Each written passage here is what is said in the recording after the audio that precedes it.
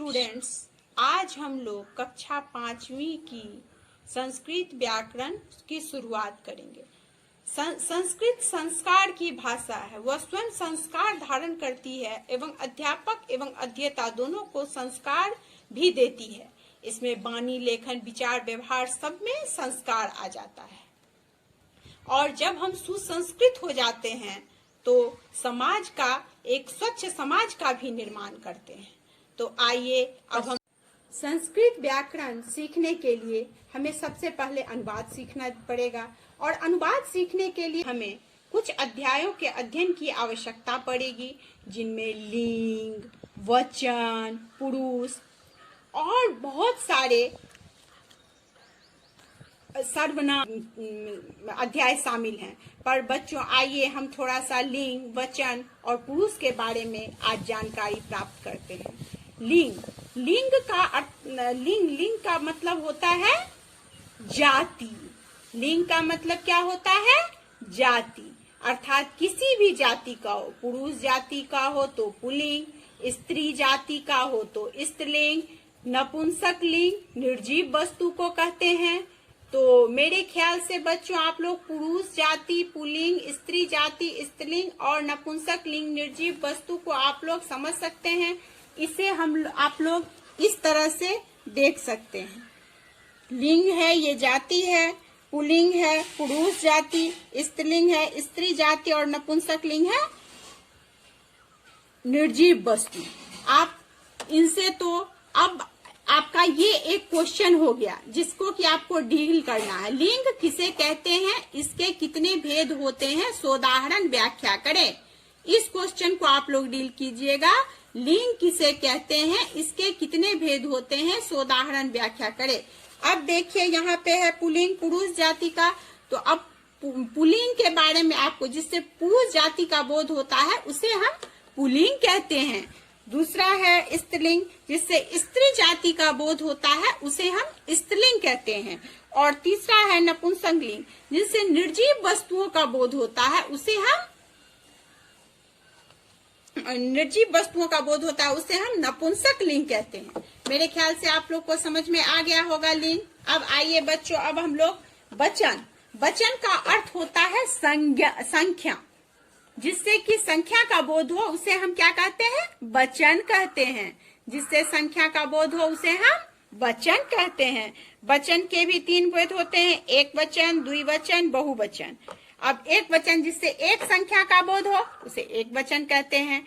जिससे 2 संख्या का बोध हो जैसे द्विवचन कहते हैं। जिससे 2 से अधिक संख्या का बोध हो उसे हम बहुवचन कहते हैं। एक वचन के अंतर्गत बालका, द्विवचन के अंतर्गत बालकौ, बहुवचन के अंतर्गत बालका, बालकौ, बालका। इस तरह करके हम इसको लिखेंगे। अब इसका दूसरा क्वेश्चन आपका हो गया, वचन किसे कहते हैं, इसके कितने भेद होते हैं, सोदाहरण व्याख्या करें। अब जब हम चार्ट बनाएंगे सर्वनाम का, तब इस सब में आपको जरूरत पड़ेगी। अगर आप इस क्वेश्चन को नहीं समझिएगा तो आप अनुवाद नहीं बना पाइएगा बच्चों। और जब अनुवाद बनाइएगा तभी हम आपके फर्स्ट बुक को शुरुआत कर सकते हैं। इस बार का आपका बुक है संस्कृत का समर्थ संस्कृतम, ये आपका बुक है। और देखिए, इस बुक में आपके शुरुआत में ही दिया हुआ है पुनर्नर्वा के बाद। मैं आपको दिखाती हूँ, ये देखिए, ये पेज देखिए आप लोग। इस पेज में पूरा आपका अनुवाद का ही दिया हुआ है। मैं बुक खोली और देखी कि बच्चे को अनुवाद सीखना जरूरी है। अनुवाद के लिए तो ग्रामर की जानकारी होनी चाहिए, व्याकरण की जानकारी होनी चाहिए। तो मैंने इस बुक को आपको दिखाने के बारे में सोच लिया। अब बच्चों, आप लोग देख लीजिए, अब हम पुरुष के बारे में जानेंगे। अब पुरुष के बारे में हम कहेंगे, श्रोता अथवा वक्ता की प्रधानता को सूचित करने वाला पुरुष कहलाता है। पुरुष किसे कहते हैं? श्रोता अथवा वक्ता की प्रधानता को सूचित करने वाला पुरुष कहलाता है। पुरुष के 3 भेद होते हैं, प्रथम पुरुष, मध्यम पुरुष और उत्तम पुरुष। वर्ण अर्थात वर्णन किया जाने वाला विषय प्रथम पुरुष कहलाता है। इसको अन्य पुरुष भी कहते हैं।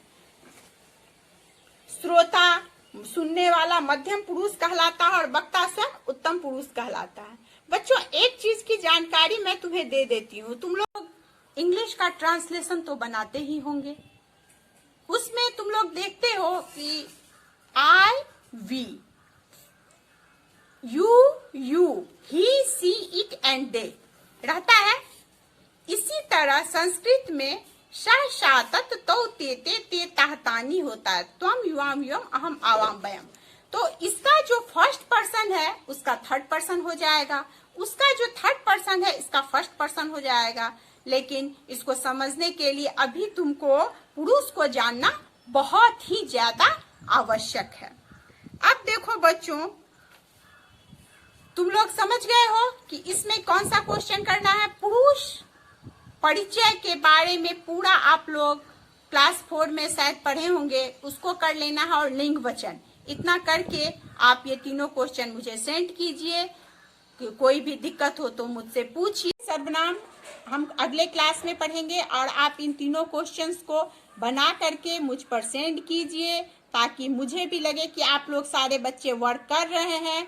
आप लोग मेरे साथ अगर शामिल रहेंगे तो हम लोग स्कूल खुलने तक हम लोग बहुत आगे निकल जाएंगे, और अगर नहीं शामिल होइएगा तो आप पीछे रह जाइएगा। क्योंकि मैं देख रही हूँ जो कुछ बच्चे तो बहुत ज्यादा एक्टिव हैं और कुछ सोए हुए हैं, तो जो सोए हुए हैं वो जाग जाएं और अपने पढ़ाई को आगे ले चलें।